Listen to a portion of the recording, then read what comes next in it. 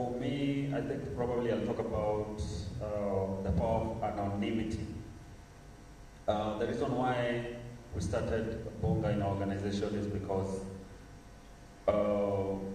we had so many mental health cases, mental illness cases, and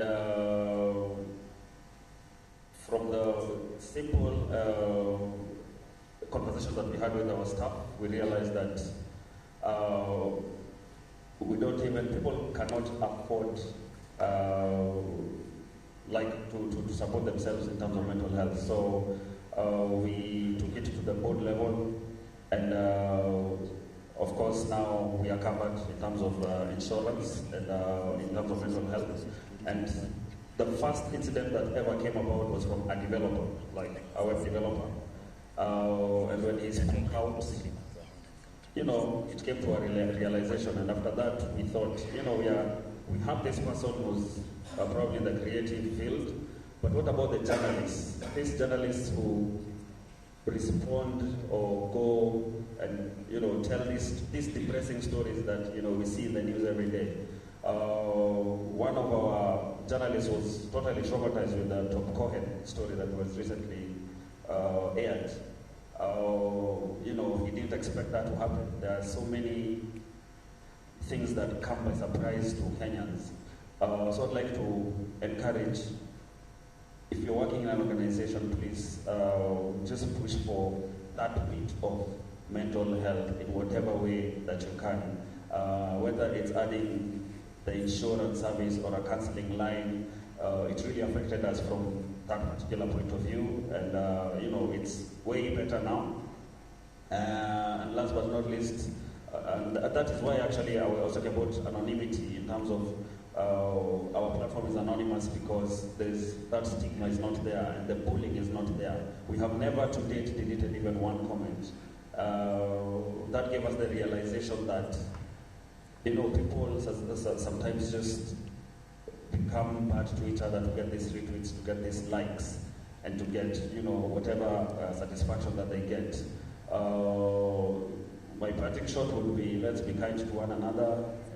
Let's just give up on the bullying, and just if you're in a position of being called a friend, just be a good one at that. Thank you. Thank you. All right, my closing thought would be for government. Yes, we've agreed the policy needs to be looked at on how we handle suicide. And I am very grateful for this platform in the first place that it happened. The irony is that I've met so many of these people in the panel before. We've met at one point or the other, spoken, and we've shared ideas on where this needs to go. Each of us, so far, there's not been a centralized role in mental health. Most of them have been NGOs taking it up, putting up helplines. I think we need to have a centralized helpline now from our end, from the Ministry of Health's end, that we know we don't need to go to Google to find who we can reach, right? Because most of these, let's be honest, most of these NGOs work on a non-existent budget, right? But the Ministry of Health can come up with something that will work for us in the long term, which is why I was happy to see that NHIF is coming up with the package. That is an actually meaningful change. It was a long time coming, which is really good. On our end, as we wait for the government to come, there's also the personal responsibility.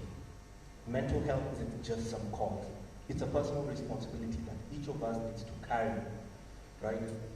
Do the dirty work, reach out to someone, actually reach out to someone, because the person you're waiting to talk to you is also waiting for you to reach out to them. There's an analogy when it comes to suicide that's very familiar for most of us in this field. It's that of the semicolon. Most of us, when learning the English language, we learn about punctuation, and the semicolon is the most pointless punctuation of the English language. I hate it. But what it represents is the semicolon indicates a sentence that the author was going to end, but chose not to. Now, when you think about taking your life, the semicolon, that's you. The sentence is your life, basically. So I think above everything else, individually, let's spread the right message of self-care, not self-centeredness. There's a fine line. and self-care and self-centeredness, and eventually be kind to yourself. Each of us is doing the best we can with what we have. Right. So as Bonga is a platform that has helped so many young people. On my end, my journey was thrown into this because of my own personal story, my own personal battle with depression and anxiety, which led to my first suicide attempt in 2017. Since it's been a year where I've met so many people and started my own support group, which came to a number that I can barely handle now, which the assistance of many organizations have come and helped with these people, which the number is now at 56, by the way, in the span of a year. 56 people that I speak to every day who share stories, not depressing stories. We just talk about our day, because in the end, we know the numbers, we know the statistics, we know that Kenya places 6th in Africa in terms of depression. But that's not a top 10 countdown we want to be on in the first place. Let's humanize this issue. It's time to start humanizing the issue as people, approach it as people before anything else. And on research, we can do something about the research. Let's just start, because the fact that in Africa and South America, 0 research done so far, it's not exactly helpful. So be kind to yourself. Thank you so much. Before Gadoni does her closing remarks, I think just before we may forget, I really like what Dr. Siengo said about the multisectoral approach. Many people here may not have thought that the Ministry of Agriculture may have a stake in preventing suicide. So we also need to start to think outside the box in terms of preventing suicide, that everybody can do something about it. I like what David said about being kind on social media, because there's a lot of cyberbullying on social media. People venting out their pain, which is not a bad thing exactly, but it's vented out and then it becomes a cycle of pain on pain on pain. And so we just need to be kind. And thank you, Eugene, for reminding us to be kind to ourselves. Yeah. Thank you. Go ahead. Let me speak about what I would like to see. You know, I'm happy that we're here and we are doing this, and yesterday was a success, and I'm hoping that this day will also be a success. When I came in yesterday and I took a glance at the room, I realized I know everybody. We had one of our consultants from Chiromoli, and I was showing them around, and they told me, "You're like a mayor here."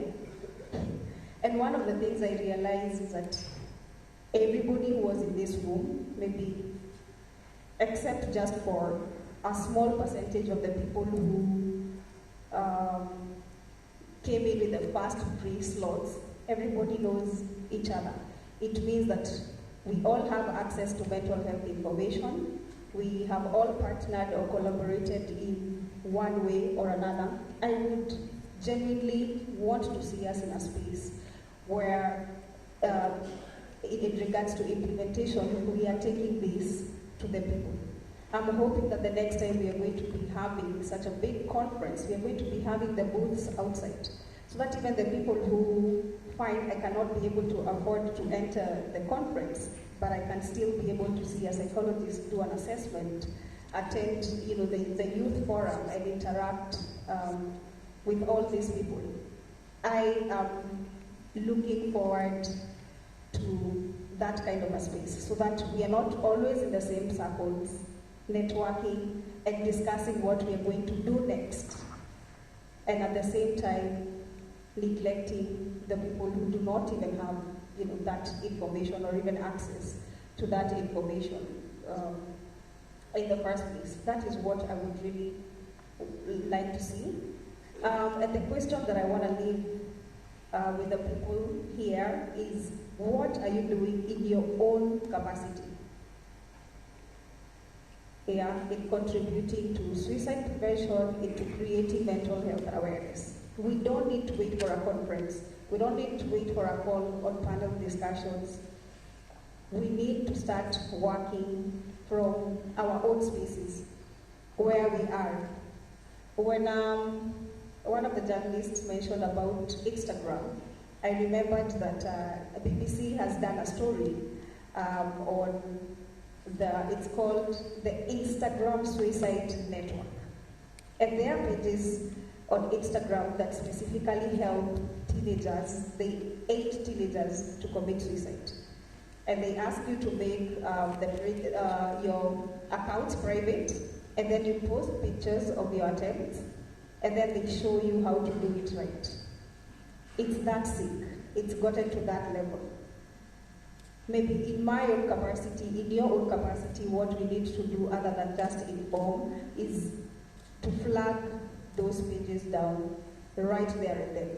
We've heard about the power of numbers, so we can be able to do this because the media is also a realm that we cannot really be able to control, but people are going and they're looking at this information and they're trying, out of curiosity. And the last thing for me is let's speak the message of healing. There is a saying that says, healing hurts, but staying wounded hurts even more. Let's reach out, let's talk to each other, let's encourage each other to deal with our underlying issues, to deal with our present concerns. Let's hold each other's hand, because healing it's a tough process. But leaving that person or leaving yourself unattended is even worse. Thank you. Thank you.